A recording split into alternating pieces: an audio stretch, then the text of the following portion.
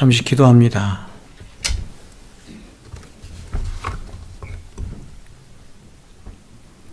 거룩하신 주 여호와 우리 하나님이시여, 이 시간도 주의 말씀을 들을 수 있는 은혜가 있게 하여 주시옵소서. 주의 말씀을 듣지 못하게 하는 온갖 우리 안팎의 대적들과 세력들이 있는데, 주여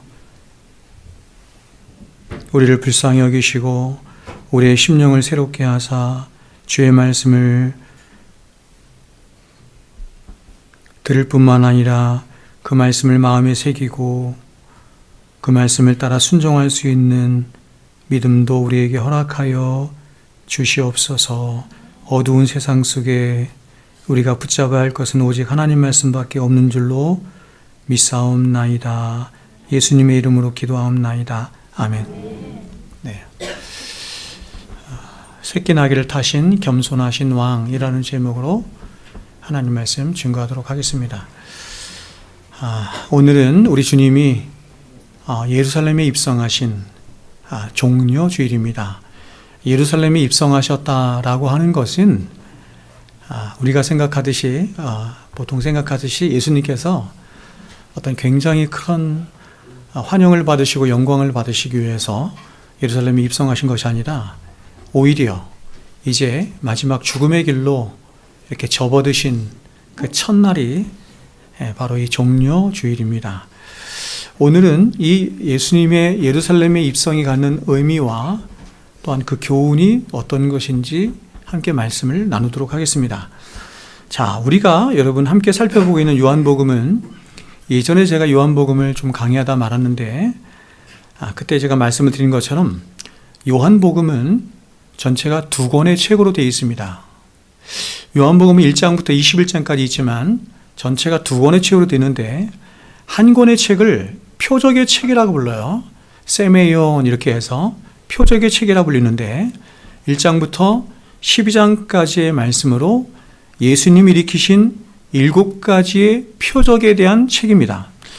요한은 예수님이 일으키신 7가지의 표적들을 통해서 과연 예수가 누구이시며 또 그 예수님께서 이 땅에 어떤 일을 위해서 왜 오셨는지 그것들을 예고하며 예표하는 그런 책이 바로 이 표적의 책입니다.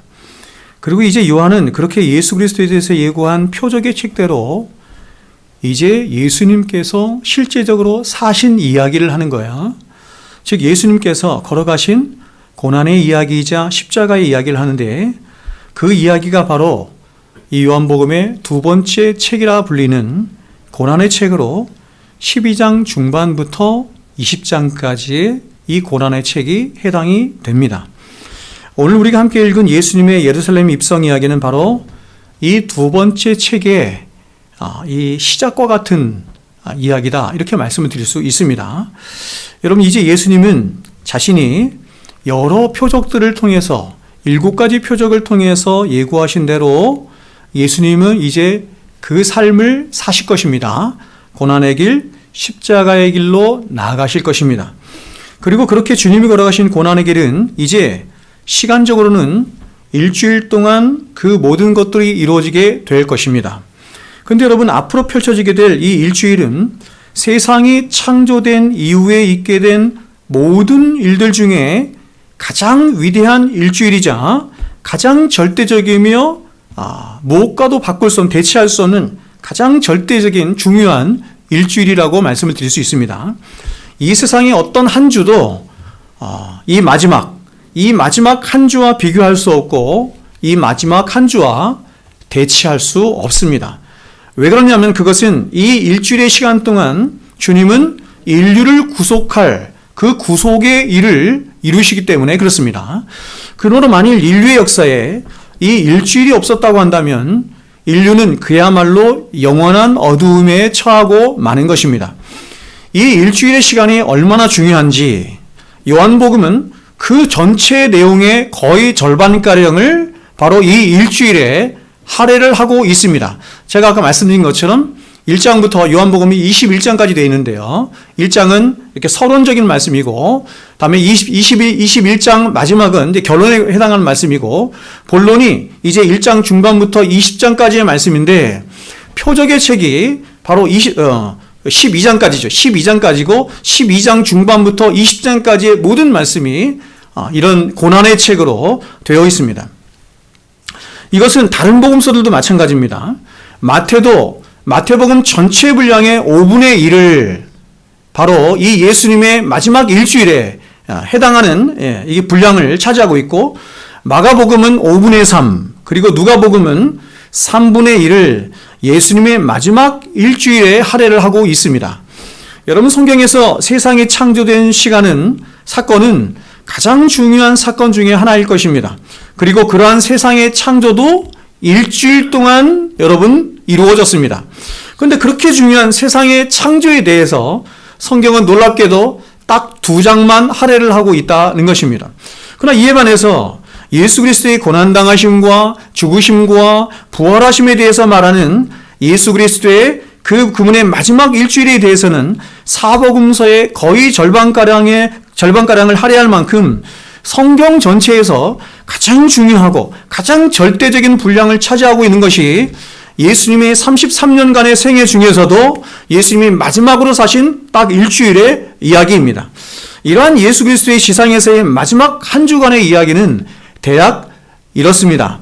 먼저 지금으로부터 대략 2000년 전인 AD 33년 3월 27일 금요일에 주님은 베다니에 도착하십니다. 베다니에 도착하시기 전에 12장에서 어떤 사건이 있었냐면 죽은 나사로를 살리는 사건이 있었죠. 그 사건이 있은 후에 33년 3월 27일 금요일에 주님이 베다니에 도착하세요. 그리고 그 다음날 바로 3월 28일 토요일이죠.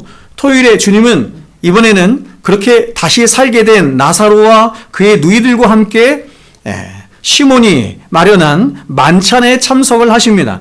이 만찬에서 그 유명한 마리아 향유 도유 사건이 있게 된 것이죠. 마리아가 향유를 부어서 예수님의 장례를 준비하는, 그러니까 이 향유 도유 사건은 뭐냐면 이제 앞으로 예수님이 장사 지내시고 고난당하시고 죽으실 것인데 그것을 예비하고 준비하는 사건이 바로 마리아 향유 도유 사건입니다. 그리고 3월 29일 주일부터 주님은 드디어 두 번째 책을 써나가세요. 두 번째 책, 고난의 책을 써내려가시는데 그 이야기의 시작이 뭐냐면 바로 예루살렘 입성의 이야기인 것입니다. 그리고 3월 30일 월요일부터 4월 1일 수요일까지 주님은 열매 맺지 못하는 무화과 나무를 저주하시고 성전을 청결케 하는 일을 하시며 또 성전에서 사람들과 논쟁을 하세요. 그리고 4월 1일 목요일에 이제 세 번째 유월절을 제자들과 함께 마시죠. 제자들과 함께 보내시며 최후의 만찬을 하시는 것입니다. 그러니까 최후의 만찬이 목요일에 이루어진 것이죠. 그리고 유다에게 배신을 당하시고 유대 지도자들과 대제사장에게 체포를 당하십니다. 그리고 로마 병정들에게 끌려가서 온갖 고난을 다 당하세요. 그것이 바로 목요일 날 이루어진 것입니다. 그리고 이제 드디어 4월 3일 성금요일 이렇게 말하죠. 성금요일에 주님은 빌라도로부터 재판을 받으시고 골고다 언덕에 올라서 인류의 죄를 대신 지시고 십자가에서 죽으셔서 거기서 장사 지낸 바 되십니다. 그리고 3일 후 4월 5일 주일이죠. 그러니까 다음 주일을 말하는 거야. 4월 5일 주일에 주님은 부활하신 것입니다. 여러분, 이 모든 일이 일주일 동안 이루어진 것입니다. 그런데 이러한 위대한 한 주간의 이야기의 시작이 다시 말하면 예수 그리스도의 순환과 십자가의 이야기의 시작이 바로 예수님이 예루살렘에 입성하시는 것으로부터 시작이 되는 것입니다. 그날이 오늘이에요. 오늘인 것입니다. 근데 주님이 예루살렘에 입성하시는 모습이 너무나 보잘것없고 굉장히 우스꽝스럽습니다. 바로 나귀를 타고 입성하세요. 예수님께서 나귀를 타고 입성하시는 것은 구약성경에서 예언됐기 때문인데 그 이유는 뭐냐면 이스라엘을 구원할, 이 세상을 구원할 메시아는 바로 나귀를 타고 겸손한 모습으로 오시는 메시아이기 때문에 그렇습니다. 나중에 다시 보겠습니다. 자, 먼저 오늘 본문의 배경이 되는 12절 말씀을 같이 한번 읽어보겠습니다. 12절 말씀 같이 한번 읽어봅니다. 시작.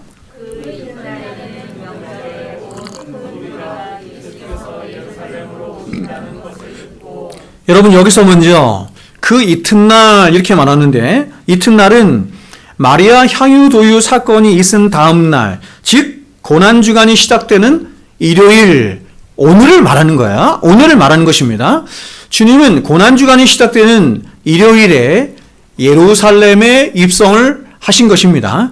근데 이 주간에 이스라엘의 가장 큰 절기 중에 하나인 유월절이 시행되고 있었습니다. 우리가 다 아는 것처럼 이스라엘 남자들은 1년에 3번, 그러니까 이스라엘의 가장 큰 절기, 이스라엘은 7절기가 있는데 그 중에서도 가장 큰 절기 3가지가 있었는데, 유월절, 그리고 오순절, 그리고 초막절이 있었는데, 이 3절기는 모든 장정들, 20세 이상 된 모든 장정들은, 남자들은 반드시 예루살렘에 와서 이 절기를 지켜야만 했습니다. 그런데 이때 이스라엘 남자들만 간 것이 아니라 다른 나머지 식구들도 함께 이 절기에 참여하는 경우가 많았습니다. 역사가 요세푸스에 의하면 이러한 절기들에 예루살렘에 모여든 이스라엘 백성들의 숫자가 대략 100만 명에서 250만까지 됐다고 하니 그야말로 굉장히 많은 숫자들이 모여서 이 절기들을 지킨 거예요. 이 당시 예루살렘의 인구가 대략 10만 명 정도밖에 되지 않았으니 이 예루살렘에 100만 명에서 250만 명 정도가 모였다라고 하는 것은 실로 엄청난 사람들이 각지에 흩어져 있는, 이게 디아스포라라고 하죠. 디아스포라 유대인들이 함께 모여서 지금 이 절기를 지킨 것입니다. 근데 그렇게 예루살렘에 모여든 수많은 사람들이 바로 예수님께서 이 예루살렘에, 이 유월절을 지키는 예루살렘에 오신다라고 하는 이야기를 들은 거예요. 그렇다면 여러분, 사람들은 예수님이 지금 이 예루살렘에 오신다는 이야기를 누구로부터 들었을까요? 7절에 나와요, 그게. 17절에 보시면 그 정황이 나오는데, 바로 죽은 나사로를 살린 그 현장에 있던 사람들이 예수님이 예루살렘에 가실 것이다 라고 그렇게 소문을 낸 거예요. 17절 보세요. 나사로를 무덤에서 불러내어 죽은 자 가운데서 살리실 때에 함께 있던 무리가, 그 현장에 있던 무리들이, 이런 말이죠. 현장에 있던 무리들이 그 예수님을 증언한지라. 뭘 증언했겠어요? 예수님이 예루살렘에 올라가신다라고 하는 것을 증언했다라고 하는 것입니다. 그러므로 이들은 그냥 예수님이 예루살렘에 올라가신다라고만 그냥 말한 게 아니라 예수님이 죽은 나사로를 살리신 그 엄청난 이적 사건까지 함께 말하며, 그 이적을 일으키신 예수님이, 죽은 자를 살리신 예수님이 예루살렘에 올라간다라고 말하는 것입니다. 어마어마한 이슈죠? 죽은 자를 살린 자가 지금 유월절을 지키러 예루살렘에 올라가고 있어요. 그래서 굉장한 이슈가 된 겁니다. 그래서 이 소식을 들은 각처에서 몰려든 수많은 사람들은 이제 종려 가지나무를 흔들며 예루살렘에 입성하시는 예수님을 지금 환영하고 있는 것이에요. 여러분, 사람들이 예수님을 어떻게 환영하고 있는지 성경은 이렇게 증언합니다. 13절 보세요. 종려나무 가지를 가지고 맞으러 나가 외치되 호산나 찬송하리로다 주의 이름으로 오시는 이 곧 이스라엘의 왕이시여 하더라. 오늘 본문과 평행 구절을 이루고 있는 누가복음 19장을 보면 사람들은 예수님을 어떻게 맞이하고 있냐면 자신들의 겉옷이에요. 자신들의 겉옷을 펴서 주님의 예루살렘을 입성을 크게 기뻐하며 환영하고 있는 것입니다. 여러분, 이스라엘 백성들의 이 구약 성경에 의하면 사람들이 이 옷가지를 펴서 특별히 이 외투거든요. 그러니까 이스라엘 백성들에게 있어서 이 겉옷은 이게 엄청, 그냥 우리가 입는 이런 겉옷의 의미와는 완전히 다른 것입니다. 왜냐하면 그 이스라엘 백성들은 밤에 너무나 추웠기 때문에 이것이 이불도 되고 겉옷도 되고 막 자기 그냥 재산이 되는 거예요. 그래서 이 겉옷을 펼쳐서 누군가를 환영하고 있다라고 하는 것은 이런 의미예요. 왕위에 즉위하는 자에 대한 존경과 어떤 경의를 표하는 그런 환영의 의미를 담은 것이 바로 그런 의미예요. 그렇다면 여러분, 여기서 이들이 지금 외치고 있어요. 뭐라고 외치고 있냐면 호산나 이렇게 외치고 있죠. 호산나라고 하는 말은 어떤 의미이며 또 그들은 어떤 의도와 목적을 가지고 지금 예수님을 향해서 이 호산나라고 외치고 있는 것일까요? 먼저 호산나라고 하는 말은 히라본데 이것은 히브리어 어디서 왔냐면 호시아나에서 왔어요. 히브리어 호시아나를 헬라어로 음력을 한 것입니다. 마치 여러분 그리스도라는 말을 한자로 음력한 것이 기독교인 것처럼 히브리어 호시아나를 헬라어로 음력하면 그것이 호산나 이렇게 되는데 의미가 뭐냐면 우리를 구원하소서 이런 뜻이에요. 지금 우리를 구원하옵소서 이런 뜻이에요. 이들이 호산나라고 외쳤을 때 이들은 그냥 외친 것이 아니라 어떤 말씀에 근거해서 말씀을 생각하면서 외친 거예요. 그 말씀이 시편 118편 말씀입니다. 시편 118편에 이 호산나가 어떻게 등장하는지 제가 한번 읽어드리겠습니다. 시편 118편 25절부터 27절에 이렇게 말해요. 여호와여 구하옵나니 이제 구원하소서. 여호와여 우리가 구하옵나니 이제 형통하게 하옵소서. 여호와의 이름으로 오는 자가 복이 있으며 우리의 여호와의 집에서 너희를 축복하여도다. 여호와는 하나님이시라. 그가 우리에게 빛을 비추셨으니 밧줄로 절기 제물을 제단 뿔에 멜지어다. 자, 여러분, 그러니까 이런 말씀들을 제가 이제 풀어드려야 되는 거야. 25절에 보시면 이제 구원하소서라고 하는 단어가 나오는데 이 단어가 바로 히브리어로 호시아나입니다. 지금 유대인들은 바로 이 단어를 생각하는 거예요. 그러니까 시편 이 118편을 이스라엘 백성들 시편을 거의 외우고 있었기 때문에 시편 118편을 생각하면서 특별히 이 단어를 생각하면서 예수님을 향해서 환호하고 있는 것입니다. 근데 한 가지 문제가 있어요. 그것은 뭐냐면 지금 이들이 시편 118편의 호시아나를 떠올리며 호산나라고 외치고 있지만 사실상 그들이 외치며 연호하고 있는 이 호산나의 의미는 지금 시편 118편에서 말하고 있는 호시아나의 진짜 의미와 전혀 다른 의미로 외치고 있는 거예요. 이게 문제가 되는 거야. 즉 시편 118편에서 호시아나의 의미는 어떤 의미냐면 죄로부터 우리를 구원하옵소서라고 하는 의미예요. 근데 지금 이스라엘 백성들은 이와는 전혀 다른 의미로 로마의 압제로부터 우리를 가난으로부터 우리를 구원하여 주시옵소서라고 하는 의미로 호산나 하고 있는 거예요. 시편 118편 26절에 여호와의 이름으로 오시는 이가 누구냐면 메시아예요. 여호와의 이름으로 오시는 이가 바로 메시아를 말하는 것인데 그런데 그 메시아가 어떤 메시아냐면 바로 다음 27절에 말씀하는 이렇게 말해요. 제단불에 희생의 제물을 매신 여호와예요. 제단불에 희생의 제물을 매신 여호와 이렇게 말하는 거야. 여기서 제단불에 매인 희생의 제물이라고 하는 것은 우리가 무엇이 생각나야 되냐면 제단불 하면 뭐가 생각나야 돼? 구약에서 도피성이 생각나야 되는 거야. 도피성. 그러니까 구약의 도피성과 그 도피성 안에 있는 제단불 그것을 모티브로 하고 있는 말씀인 거예요. 도피성이 있고 도피성 안에 제단뿔이 있었어요.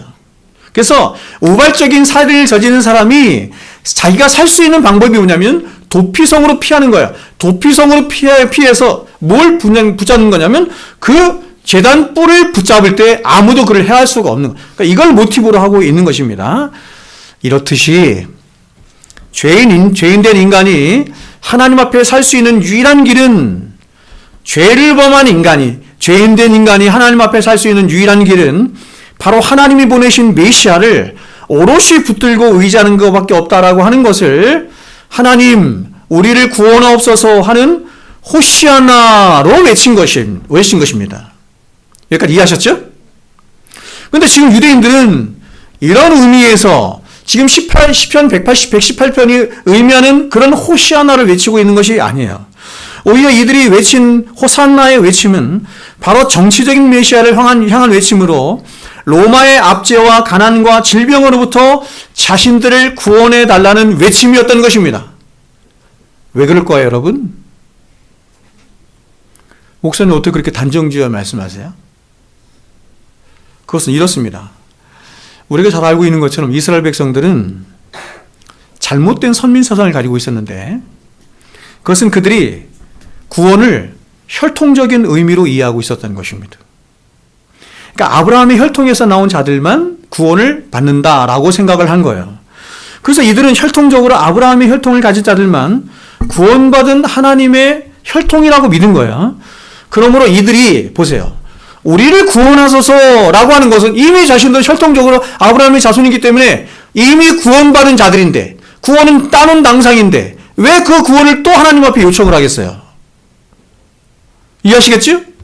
그러므로 지금 이들이 기다리고 있는 메시아는 죄로부터 우리를 구원해 주십시오 라고 하는 그 메시아가 아니에요.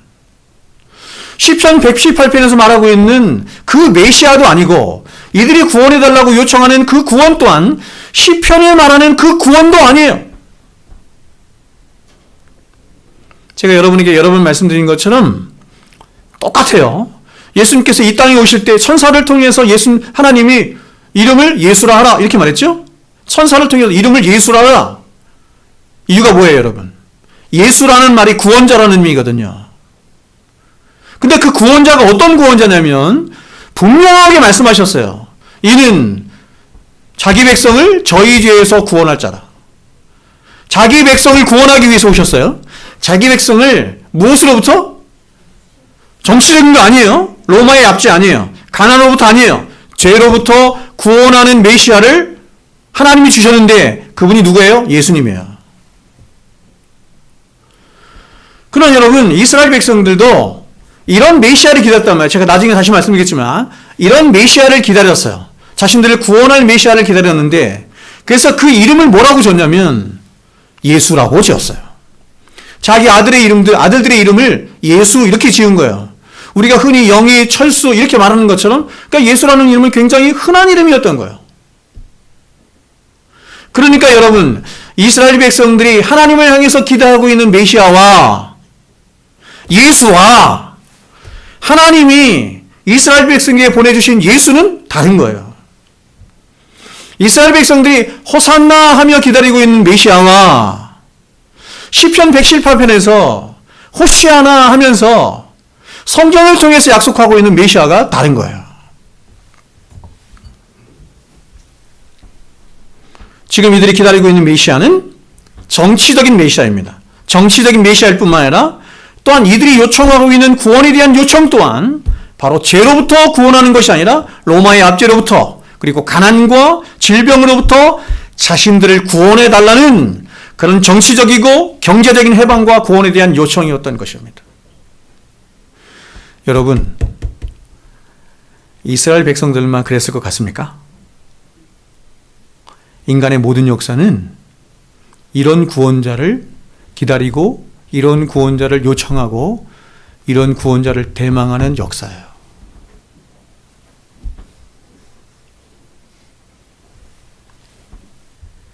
그런데 지금 이 사람들이 기다리고 있는 메시아의 중요한 특징이 하나 있어요. 그게 뭐냐면 다윗의 혈통을 통해서 나실 메시아예요. 그래서 그들은 평행구절인 마태복음 21장을 보면 이렇게 말한 거예요. 다윗의 자손 예수여. 그렇죠? 호산나 다윗의 자손이여 이렇게 말한 거예요.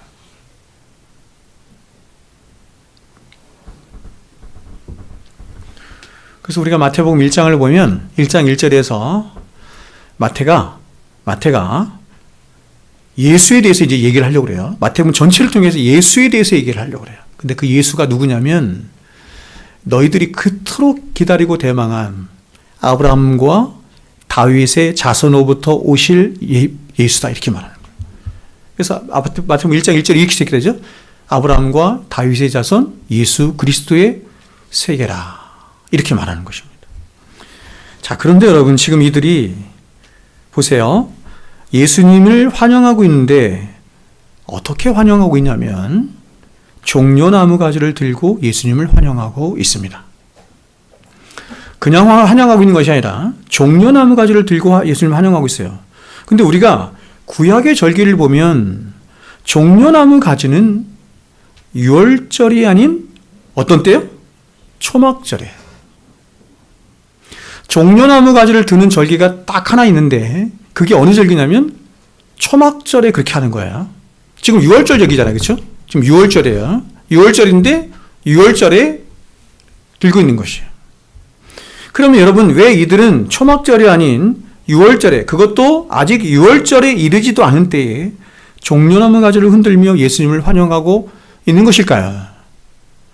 그것은 여러분 지금 이들이, 이스라엘 백성들이 6월절을 생각하며, 지금 6월절인데 6월절을 생각하며 혹은 아직 이르지도 않은, 그렇죠? 이 초막절을 생각하며 종려나무 가지를 흔든 것이 아니라 지금 이스라엘 백성들이 어떤 다른 절기를 생각하면서 흔들고 있는 거예요. 그 절기가 뭘까요? 구약에 나와 있는 7절기 중에는 종려나무 가지를 흔드는 절기는 초막절밖에 없어요. 그럼 초막절도 아니고 6월절도 아니라고 한다면 이스라엘 백성들은 무엇을 생각하면서 지금 종려나무 가지를 흔드는 것일까요? 그게 바로 수전절입니다. 수전절. 지금 이들은 수전절을 생각하면서 바로 자신들이 환영하고 있는 예수가 그 수전절이 약속하고 있는, 혹은 그 수전절이 대망하고 있는 그 메시아, 즉 자신들을 로마로부터 해방시켜줄 메시아라고 하는 확신 속에 종려나무 가지를 흔들며 예수님을 환영하고 있는 것입니다. 여러분, 제가 언젠가 이 수전절에 대해서 여러분에게 한번 말씀을 드린 적이 있어요. 여러분, 이 수전절은 율법에 정해진 절기가 아니에요. 여러분, 율법에 정해진 절기가 아니라는 말은 뭐냐면 하나님이 이스라엘 백성들에게 정해주신 절기가 아니라는 거예요. 하나님이 정해주신 절기는 7절기밖에 없어요. 그렇죠? 7이죠, 7. 완전수 7이잖아요. 그렇죠? 7절기예요. 이 7절기는 뭘 얘기하는 거냐면 예수님의 생애를 얘기해. 그리고 교회의 일생을 얘기해. 봄, 여름, 가을, 겨울. 그래서 봄에는 여러분 어떤 절기가 있죠? 제가 말씀드렸는데 봄 절기에는 여러분 무슨 절기가 있어요? 7절기의 시작, 6월절, 그리고 하크함마짜뜨라고 하는 무교절, 그리고 초실절. 그래서 여러분 이 세 가지 절기는 뭘 얘기하는가 하면 예수 그리스도의 죽으심과 고난당하심과 부활하심까지 말하는 거예요. 그게 6월절, 무교절, 초실절. 이게 봄절기예요. 여름절기는 열매를 맺는 절기인데 이거를 맥추절, 오순절, 칠칠절이라고 불러요. 그렇죠? 같은 이름이에요. 같은 이름, 오순절, 맥추절. 추수를 하네요, 여러분. 누가 와야 추수를 해요? 성령님이 오셔야 추수를 하죠. 그래서 여러분 이 맥추절, 오순절을 뭐라고 해요? 성령 강림절. 그래서 여러분 사도행전에 보면은 오순절에 성령이 강림하시죠, 그렇죠? 그래서 교회의 탄생이 된 거예요. 성령이 오심으로 교회가 탄생되는 절기. 가을 절기입니다. 수확의 절기. 나팔절, 나팔이 울리면서, 그러니까 여러분 나팔절은 뭘 얘기하는 거예요? 예수 그리스도의 재림을 얘기하는 거예요. 나팔절, 대속죄가 이름, 대속죄일, 초막절, 초막, 예수 그리스도의 초막에 거하면서 이제 영원한 영생이 이루어지는 거죠. 그래서 마지막 겨울의 안식으로 들어가는 거예요. 이게 7절기예요. 그런데 수전절은 이 절기가 아니에요. 하나님이 율법으로 정해주신 이스라엘의 7대 절기 중에 하나가 아니라, 여러분 절기라는 말은 어떤 뜻이냐면 기념하여 지키다 이런 뜻이에요. 근데 하나님이 기념하여 지키라 한 절기가 수전절이 아니라 그냥 이스라엘 백성들 자기들끼리 우리끼리 이걸 기념하여 지키자, 이것은 너무너무 중요하니까 우리끼리 기념하여 지키자라고 지키기 시작한 절기가 수전절인 거예요. 이해하셨죠? 우리가 역사와 성경을 통해 알 수 있듯이 알렉산더 대왕이 지배하던 헬라 제국은, 제가 이 수전절에 대해서 잠깐 말씀드립니다. 헬라 제국은 그가 죽은 후에 네 나라로 이렇게 나누어져 통치가 돼요. 그중 한 나라가 셀루쿠스 왕조에 의해 다스리던 시리아인데, 이 시리아에 의해서 유다가 지배를 받게 됩니다. 그러니까 여러분, 예수님 당시에는 유다가 어디에 통치를 받았어요? 어디에 지배를 받았어요? 로마의 지배를 받았잖아요. 그렇죠? 근데 로마의 지배를 받기 200년 전에 유다는 어디에 지배를 받았냐면 바로 시리아의 통치를 받은 겁니다. 근데 처음에는 이 시리아가 유다뿐만 아니라 식민지 나라들에게 유화 정책을 써요. 그래서 잘 대해줍니다. 근데 이 시리아가 로마를 공격하여 큰 패배를 당하면서 그래서 그 전쟁 빚을 갚는 처지가 돼요. 그래서 이제 식민지에 대한 대대적인 수탈 정책이 이루어집니다. 왜냐하면 전쟁 빚을 갚아야 되는데 돈이 없으니까 자신들의 식민지 나라들에서 이렇게 돈을 빼내는 거죠. 그리고 안티오코스 3세를 이은 안티오코스 4세, 이 사람의 이름이 있어요. 성경에 나오는데 에피파네스라고 불러요. 에피파네스가 왕자에 오르면서 대대적인 유다를 향한 박해가 이루어지게 됩니다.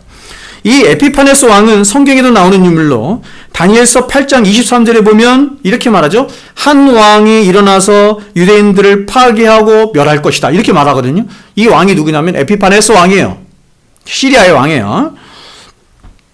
이 사람이 얼마나 유대를 핍박을 했냐면 유다의 종교 자체를 완전히 말살시키려고 했습니다. 그래서 에피파네스는 2만 명의 대군을 유다에 보내서 주둔시켜요.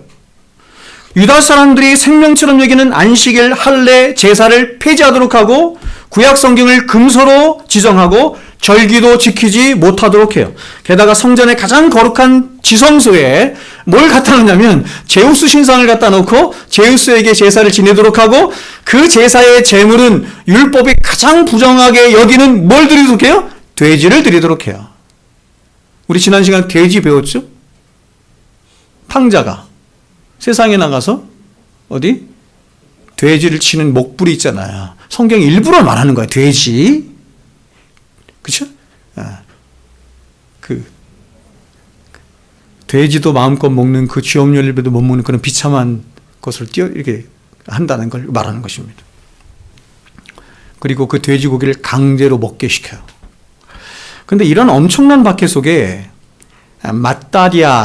마띠리아스라고 하는 늙은 제사장이 하나님의 도우심을 구하며 기도하다가 결국 제우스에게 제사를 드리고 나오는 유대인을 죽여버립니다.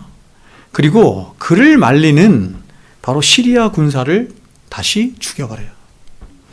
그리고는 자신의 5 아들과 또 자신을 추종하는 많은 사람들과 함께 어떻게 해요? 산으로 도망을 하게 됐는데 거기서 그 제사장은 죽고 그의 셋째 아들, 아들이 5이라고 했잖아요. 5 아들 중에 셋째 아들 유다가 이 반란군의 대장이 돼요. 근데 이 유다가 얼마나 똑똑하고 지략에 뛰어났던지 유다는 자신을 따르는 반란군들과 함께 단 3년 만에 시리아군을 다 몰아내고 예루살렘 성전을 탈환하는 것입니다. 예루살렘을 탈환하고 예루살렘 성전을 탈환하게 돼요. 그래서 사람들이 이런 그에게 이름을 하나 지어줬는데 닉네임이에요. 바로 망치라고 하는 뜻을 갖고 있어요. 망치. 그게 뭐냐면 바로 마카비입니다. 들어봤어요? 마카비. 그래서 유다가 잠시 성전을 탈환했을 때를 가리켜서 이 마카비의 이름을 따서 마카비 혁명 이렇게 부르는 거예요. 들어봤죠? 마카비 혁명.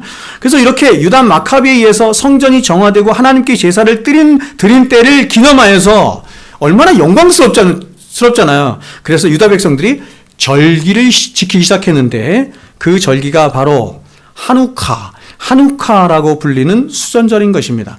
하누카라고 하는 말은 봉헌 이런 뜻이에요. 봉헌. 그래서 이 하누카 때는 뭐 하냐면 여러분 메노라라고 하는 거 알죠? 메노라가 뭐예요? 촛대. 그 7가지로 된 촛대이시죠. 그 촛대를 8일 동안 켜는 것입니다. 이때 사람들은 마카비가 자신들이 기다린 메시아라고 생각했어요. 그렇죠? 이렇게 엄청난 그 시리아를 다 물리치고 자신들을 구원해냈으니 굉장한 사람 아닙니까? 그래서 메시아라고 추앙했는데 그런데 이 마카비로부터 시작된 하스모니안 왕조가 얼마 가지 못해서 망해버려요. 그래서 유대인들은 또다시 유다 마카비와 같은 강력한 힘을 가진 정치적인 메시아를 기다리게 된 거예요. 그러니까 여러분 지금 이 유다 마카비 혁명이 언제 일어난 거냐면 예수님 오시기 전에 한 200년 전, 160년 전 이때 이뤄진 건데, 그러니까 그 이후에 하스모니안 왕조가 망한 이후에 이 또 다른 정치적인 메시아가 와서 자신들을 구원해 줄 것이라고 기다린 것이죠. 그런데 여러분 그 메시아가 나타난 거예요. 누구예요, 여러분? 예수님이에요.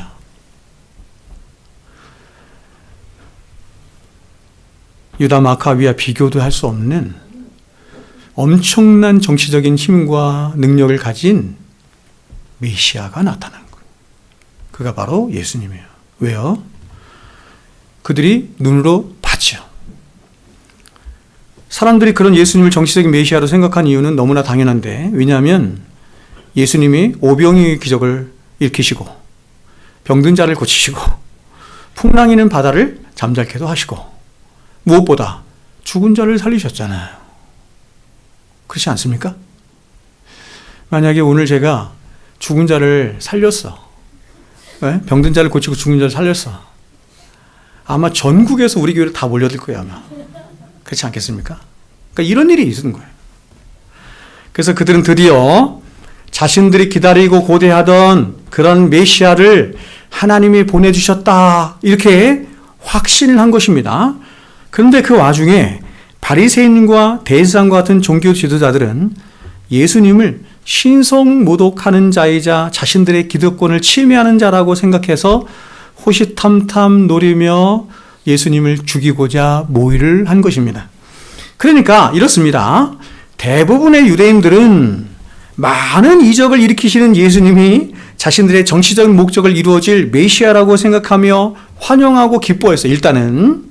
그래서 예루살렘에 입성하시는 그 예수님을 향해서 사람들이 옷가지를 펴고 가지를 흔들면서 호산나하며 그렇게 환영하고 기뻐한 거예요. 그런데 오히려 종교 지도자들은 한편으로는 종교 지도자이기 때문에 그런 메시아에 대한 기대를 조금은 했어요.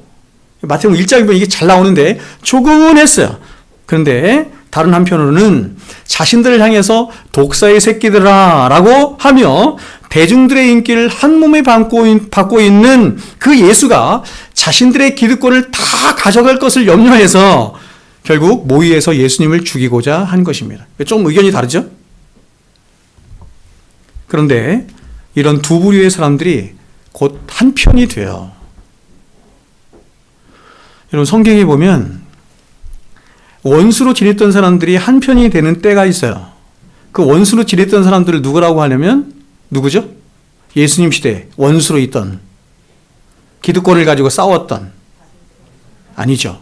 제가 지금 성경이 말씀하는, 성경이 그대로 증언하는 거예요. 누구죠? 빌라도와 헤롯이지. 빌라도와 헤롯이에요. 그렇죠?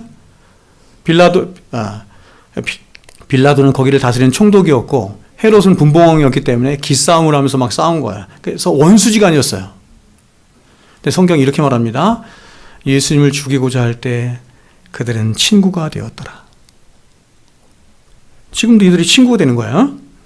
여러분, 왜 그러냐면 그것은 그들이 그렇게 자신들이 기대하고 바라던 예수가 너무나 힘없이 자신들의 원수인 로마 군인들과 그 세력들에 의해서 고난당하는 것을 보면서 급 실망을 한 것입니다. 그렇죠? 정치적인 메시아, 힘 있는 메시아, 권세 있는 메시아라고 한다면 어떻게 그렇게 고난을 당해요?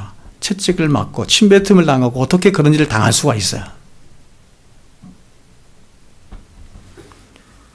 그래서 이러한 예수에 대한 실망과 함께 배신감마저 든 사람들은 이제 더 이상 자신들에게 자신들의 욕심을 채워줄 메시아가 아니라는 것을 확신이 들었기 때문에 단 일주일도 못 돼서 그렇게 여러분 자신의 옷을 펴며 호산나 했던 이스라엘 백성이 단 일주일도 못 돼서 예수님을 향해서 십자가에 못 박으라고 말한 것입니다.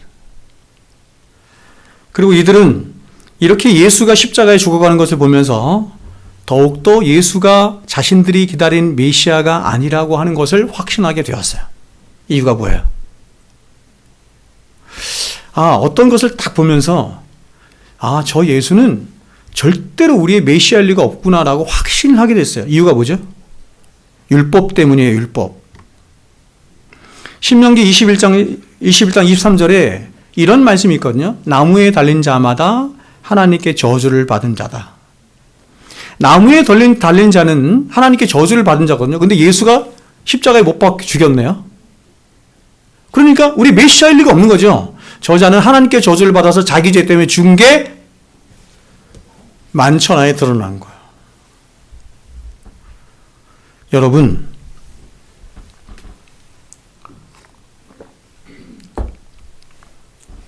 사도행전에 보면 예수를 하나님이 내어주셨다 이렇게 말을 해요. 예수를 누가 죽였어요? 하나님이 죽이셨어요. 근데 하나님이 예수님을 죽이시는 방법이 여러 가지가 있을 거 아니에요. 처형법도 굉장히 다양할 거 아니에요. 그렇죠? 근데 예수님은 반드시 십자가 처형 방법을 통해서 예수님을 죽여야만 했어요. 그것이 하나님의 뜻이에요. 근데 이게 완벽하게 맞아든 게 뭐냐면 이스라엘 지도자들도, 종교 지도자들도,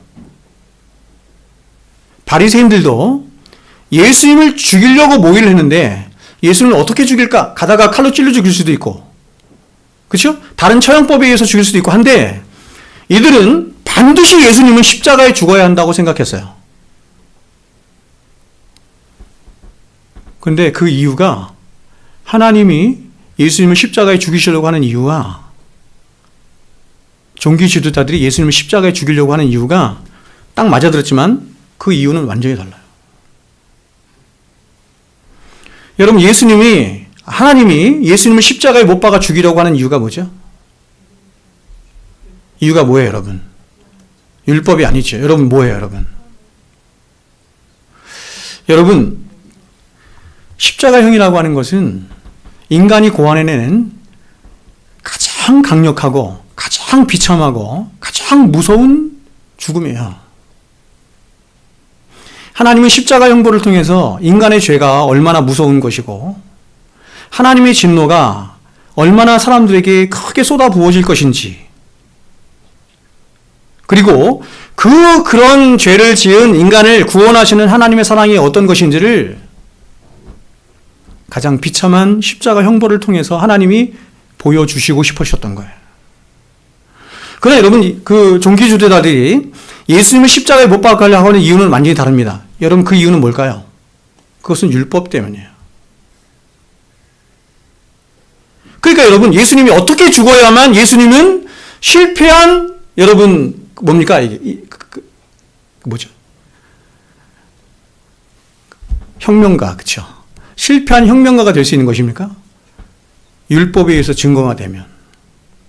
그러니까 아까 말씀드린 것처럼 신명기 21장 23절에 있는 것처럼 나무에 달린 자마다 저주를 받은 자.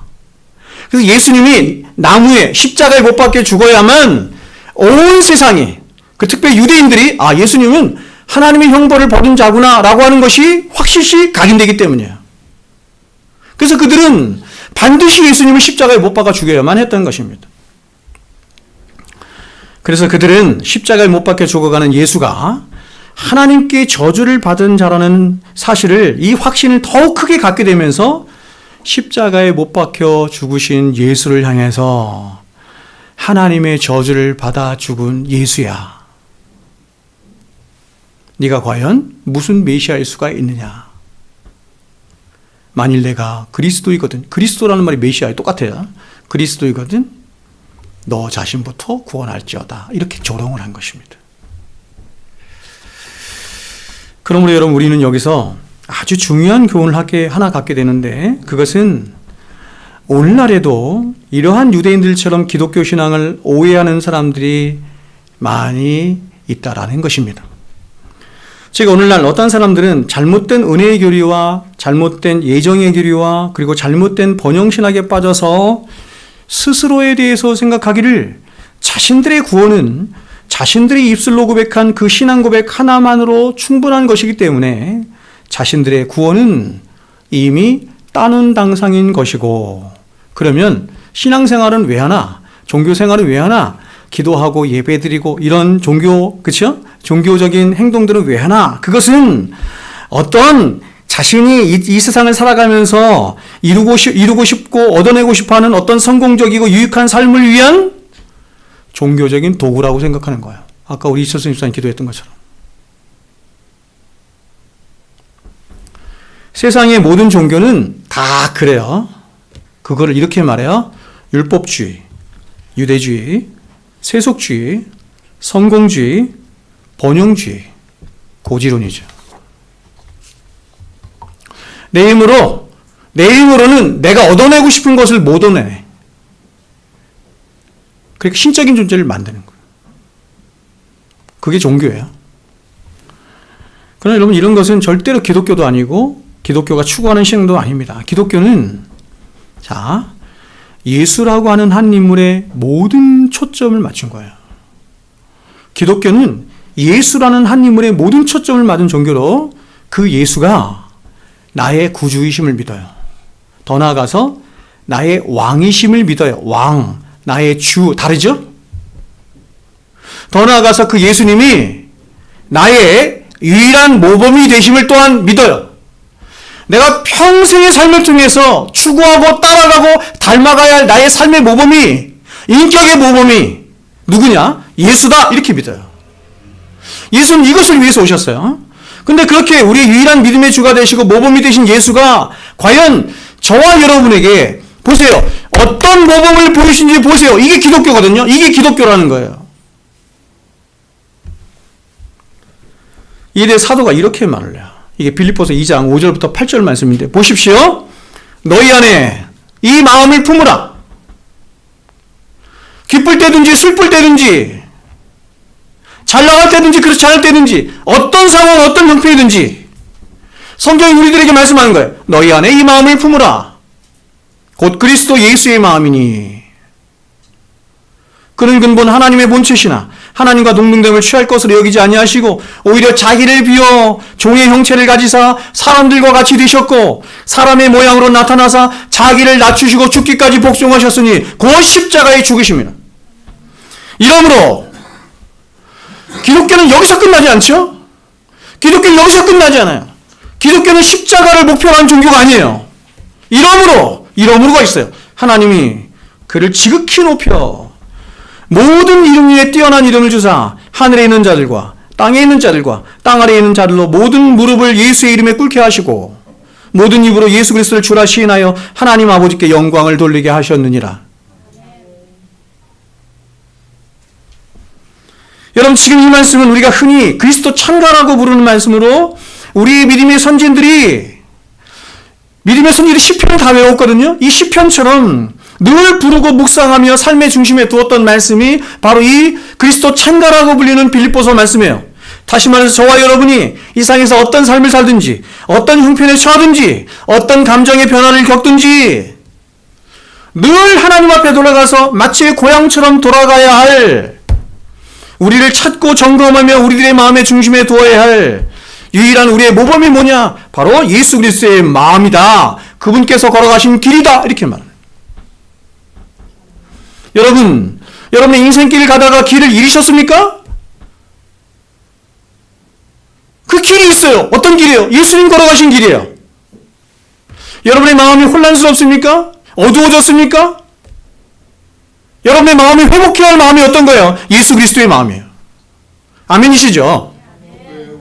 그렇다면 여러분, 우리가 그렇게 쫓고 따라가야 할 주님의 모범이라는 것이 어떤 것이냐, 한번 이 빌립보서 말씀을 보세요. 먼저 그분은 비록 자신이 하나님과 성부 하나님과 동등되신 제2의 하나님이셨음에 불구하고 그런 자신을 비우세요. 낮추세요. 이분이 얼마나 자신을 낮추시고 또 낮추셨는지 이 세상에 오셨는데 그분을 알아보는 자가 한 명도 없을 정도였어요. 그분은 33년 동안 이 땅에 사시는 동안에도 평생 머리 긁고 하나 없는 삶을 사시면서 자신에게 있는 모든 것을 다 죄인들을 위해서 내어주는 삶을 사세요. 십자가의 삶을 사세요. 그분의 33년간의 생애 중에서 자신을 위한 삶이 단 일이라도 있었습니까? 제가 지난 시간에 말씀드린 것처럼 예수님이 액체의 삶을 사셨습니다. 눈물과 피와 땀. 근데 그 모든 것이 저와 여러분을 위한 삶이었어요. 그런데 여러분, 하나님이 그렇게 하나님의 말씀에 온전히 순종하심으로 자신을 낮추시고 죽기까지 복종하신 삶을 성경이 뭐라고 했냐면 하나님이 기뻐하신다, 이렇게 말을. 예수 그리스도는 자신의 순종을 통하여 하나님이 기뻐하시는 것을 자신의 영광으로 삼고 자신의 양식으로 삼고 산 분이셨습니다. 그래서 하나님은 그런 주님에게 기름을 부으사 모든 이름 위에 뛰어난 이름을 주시고 모든 만물을 그 발 아래 복종케 하셨으며 또한 모든 입으로 예수를 주라 시인하게 하사 결국 하나님 보좌 우편에 앉으신 것입니다. 여러분, 예수님이 나를 위해서 십자가를 지시고 모든 형벌을 십자가에 다 받으셨기 때문에 이제 나는 편안하게 세상에서 잘 먹고 잘 살면서 누리면서 살면 돼. 그런 기독교는 없는 거예요.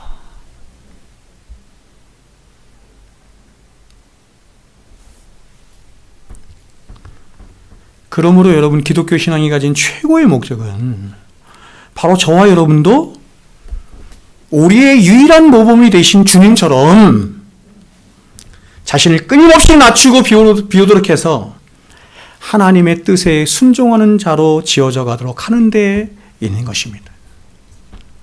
그렇게 비워진 우리 안에서 하나님의 능력이 비로소 나타날 수 있는 것이에요.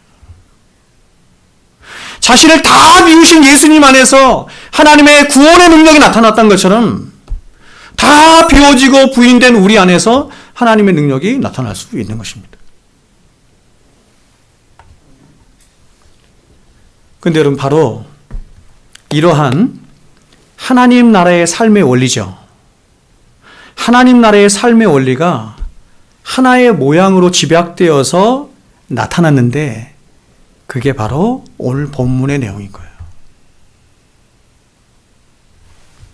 바로 이 세상의 진정한 왕이신 예수님께서 당신의 나라 예루살렘, 그렇죠? 이스라엘에 입성하시는데 그 모양이 어떠냐면 나귀를 타고 가장 겸손한 모습으로 입성하시는, 하나님의 말씀에 온전히 순종하심으로 가장 가난한 모습으로, 겸손한 모습으로 입성하시는 모습인 것입니다. 그런데 여러분, 이런 주님의 모습은 이미 구약에서 예언된 말씀이었던 것입니다. 오늘 본문 15절에 보시면 기록된 바라고 되어 있는데, 이는 주님께서 나귀를 타고 예루살렘에 입성하시는 것이 이미 구약에 예언된 말씀이라고 하는 것을 말씀하는 거예요. 15절 보세요. 이는 기록된 바 시온 따라 두려워하지 말라. 보라, 너의 왕이 새끼 나귀를 타고 오신다 함과 같더라. 너희 왕이 새끼 나귀를 타고 오신다 함과 같더라 라고 하는 말이 구약에 있는 거예요. 어디에 있어요? 스가랴 9장에 있어요. 제가 읽어드릴게요. 시온에 따라 크게 기뻐할지어다. 예루살렘에 따라 즐거이 부를지어다. 보라, 내 왕이 내게 임하시나니 그는 공의로우시며 구원을 베푸시며 겸손하여서 나귀를 타시나니 나귀의 작은 것 곧 나귀 새끼니라. 내가 에브라임의 병거와 예루살렘의 말을 끊겠고, 여러분 보세요. 내가 에브라임의 병거와 예루살렘의 말을 끊겠고, 우리의 하나님이 우리의 대적 세상의 병거와 세상의 말을 끊겠고, 이러면 이해가 되는데 그렇게 말씀하지 않고 에브라임의 병거와 예루살렘의 말을 끊겠고 자신의 백성들의 병거와 그들의 말을 끊겠고 이렇게 말씀하는 거예요. 메시아가 오셔서 전쟁하는 활도 끊으리니 이는 그가 이방 사람에게 화평을 전할 것이요 그의 통치는 바다에서 바다까지 이르고 유브라데 강에서 땅끝까지 이르리라. 또 너로 말하신대, 보세요. 내 언약의 피로 말미암아 내가 내 갇힌 자들을 물 없는 그 동에서 놓았나니 구원하였나니 갇혀 있으나 소망을 품는 자들아 너희는 요새로 돌아올지니라. 내가 오늘도 이르노라. 내가 네게 갑절이나 갚을 것이라. 제가 풀어드려야 되죠. 보세요. 우리는 이 예언된 스가랴 말씀을 통해서 왜 주님이 나귀를 타고 예루살렘에 입성하신 것인지 그 이유를 스가랴 말씀을 통해서 보는 거예요. 먼저 스가랴는 나귀를 타신 주님의 입성을 이렇게 말해요. 에브라임의 병거와 예루살렘의 말을 끊고 그들의 화를 끊기 위함이라. 당신의 백성들이 너무나 교만하고 너무나 높아져 있는 거예요. 그거를 끊기 위함이래요. 즉 주님의 예루살렘 입성은 가장 먼저 첫 번째 이유는 뭐냐면 당신의 백성이라고 불리는 이스라엘 백성들의 무장을 해제하기 위함이다. 하나님을 대적하고 있는 그 무장을 해제하기 위함이다. 하나님의 백성인데 하나님을 대적하고 있네요. 세상 사람들이 하나님을 대적하는 것이 아니라 하나님의 백성이라고 하는 저와 여러분이 하나님을 대적하고 있어요. 그래서 메시아가 오셔서 가장 먼저 하시는 일이 뭐냐면 그 무장을 해제하는 거래요. 교만을 꺾으시는 거래요. 그리고 이어서 말하기를 그러한 이번에는 이스라엘 밖에 있는 이방 사람 교회예요. 이방 사람에게는 화평이 전해지게 될 것인데 그 화평을 이루는 방법이 너무 놀랍습니다. 이렇게 말해요. 그분의 겸손과 공의와 언약의 피를 통해서다. 이렇게 말해요. 그러니까 지금 주님이 예루살렘에 입성하시는 모습은 여전히 자신들의 불가능함과 무력함을 인정하지 못한 채 끊임없이 이 세상에 힘을 빌어서 그 힘으로 자신들이 원하고 자신들이 꿈꾸는 그런 다윗 왕국을 재건하려고 하는 이 세상의 유대주의, 율법주의, 그 성공주의를 부수시기 위해서 입성하시는 주님의 모습이자 또한 이방으로 대변되는 당신의 백성들을 구원하시기 위해서 입성하시는 메시아의 모습이라고 하는 것을 스가랴가 예언하고 있는 것이에요. 그런데 그렇게 당신의 백성들을 구원하시기 위해서 오신 메시아가 어떤 방법으로 당신의 백성들을 구원하시는가 하면 바로 당신의 희생의 피죠. 언약의 피와 당신의 낮아지심, 겸손하심으로 그 일을 이루신다. 이렇게 말하는 것입니다.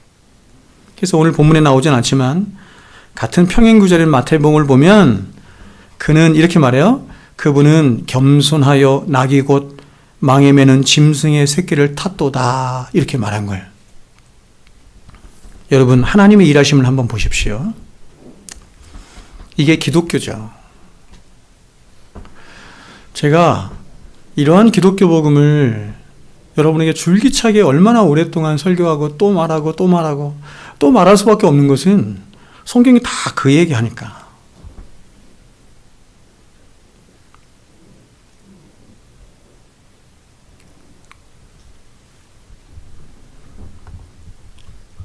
이런 복음을 계속해서 들어야 하는 이유가 뭐냐면 우리의 본성이 유대주의, 율법주의거든요. 자기의 의에 취해가지고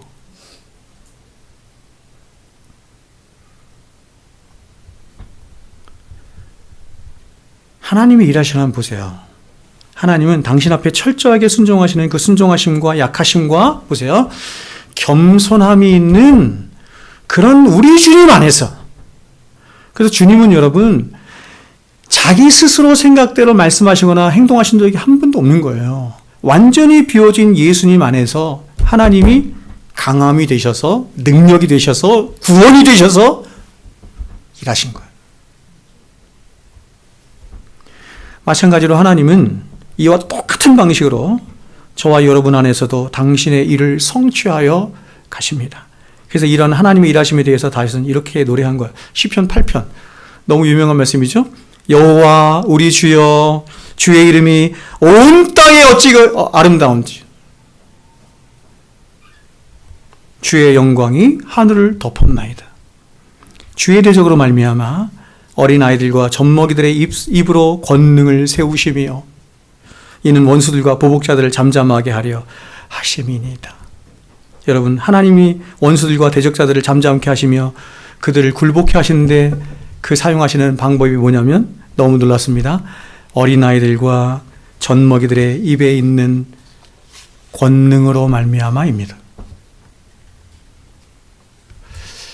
세상과 완전 다르죠?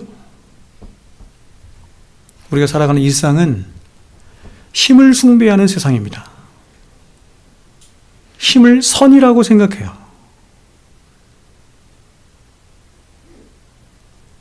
성경은 완전히 반대죠. 우리를 구원할 메시아가 오실 것입니다. 이사야 선지자가 예언하거든요. 이사야 53장에서 예언하잖아요. 예수님을.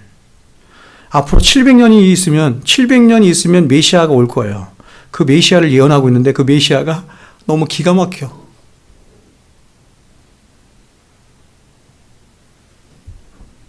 그 메시아가 고난당하는 메시아예요. 승리하는 예수가 아니라 힘과 능력을 가지고 와서 백성들을 구원하는 메시아가 아니라 고난받는 메시아. 이렇게 말해요. 연한 순 같은 메시아. 누가 봐도 아무 흠모할 만한 것이 없는 메시아. 이사야 53장 제가 말하는 거에 계속 얼마나 못생기고 얼마나 보잘것없는지 이렇게 말을 해요. 우리도 이 예언을 쓰고 있는 우리도 그를 귀히 여기지 않을 만큼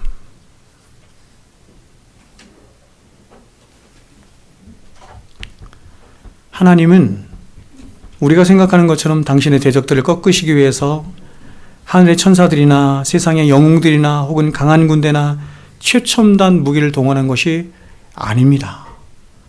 너무나 미약하고 너무나 미성숙해서 과연 이들이 하나님의 제대로 된 도구로 사용할 수 있을까 하는 그런 옹알이밖에 하지 못하는 젖먹이들을 데리고 지금 대적자들을 물리치고 계시는 것입니다. 그게 기독교죠. 여러분, 지금 시인이 무슨 말을 하고 싶어 하는 것이냐면 우리가 흔히 찬양에서 말하는 것처럼 약할 때 강함 되시는 하나님을 말하는 거예요. 여러분, 이런 말씀조차도 사람들이 마음대로 자신들 마음대로 해석을 해서 약할 때 강함 되신다는 것이 뭐냐면 내가 약해진 그때에, 내가 비워진 그때에 하나님이 내 안에서 하나님 당신의 강하심을 나타내신다 이런 뜻이에요. 나를 강하게 하시겠다 이렇게 약속하지 않아요. 내가 강해지면 사람은 반드시 타락해요. 비워진 내 안에서, 약해진 내 안에서 하나님의 강하심이 드러나는 것입니다. 말씀을 맺겠습니다, 여러분.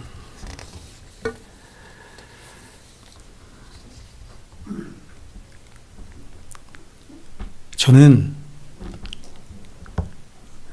제가 그런 소망은 있는데 정말 잘 안 되고 제 자신이 안 돼. 제가 여러분에게 늘 말씀드리는 것처럼 제게 가장 큰 소원 중에 하나가 뭐냐면 예배예요, 예배.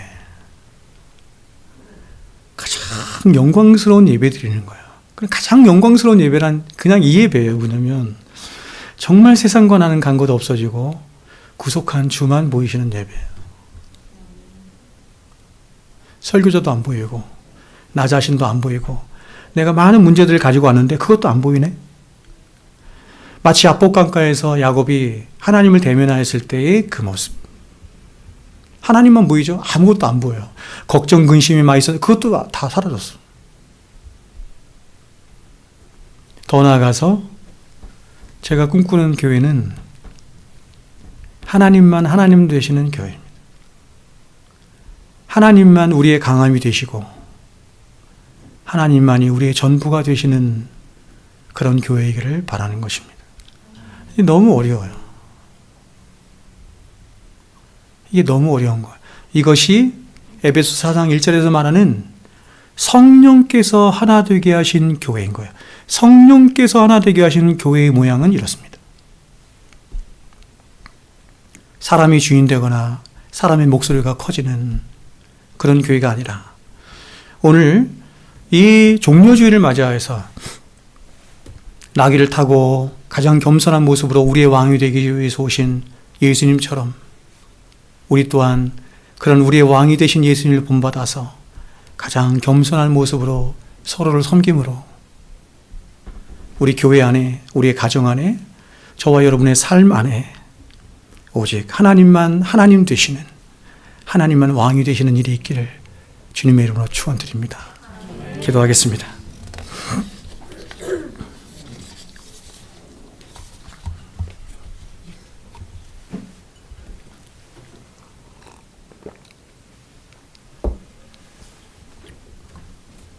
우리의 모범이 되신 예수님, 우리를 사랑하사 우리를 위하여 당신의 독생자까지 아낌없이 내어주신 우리 하나님, 그 하나님의 뜻에 온전히 순종하여 우리의 죄가 되신 예수님. 그런데 우리는 너무나 자주 그 하나님의 사랑도 십자가의 은혜도 잃어버릴 때가 너무나 많습니다. 예수님은 고난받으시기 위해서 십자가에 죽으시기 위해서 예루살렘에 입성하셨는데 사람들은 예수님을 바라보는 그 기대와 관점이 너무나 달랐음을 우리가 보았습니다. 우리 또한 주님을 바라보고 주님을 따라가는 우리의 믿음의 모습이 과연 이스라엘 백성들과 같지 않은 것인지 주여 우리 자신을 돌아보게 하여 주시옵소서. 주님을 보고 주님을 따라가고 주님을 배우고 주님을 닮아가는 우리를 될 수 있도록 하나님 도와주십시오.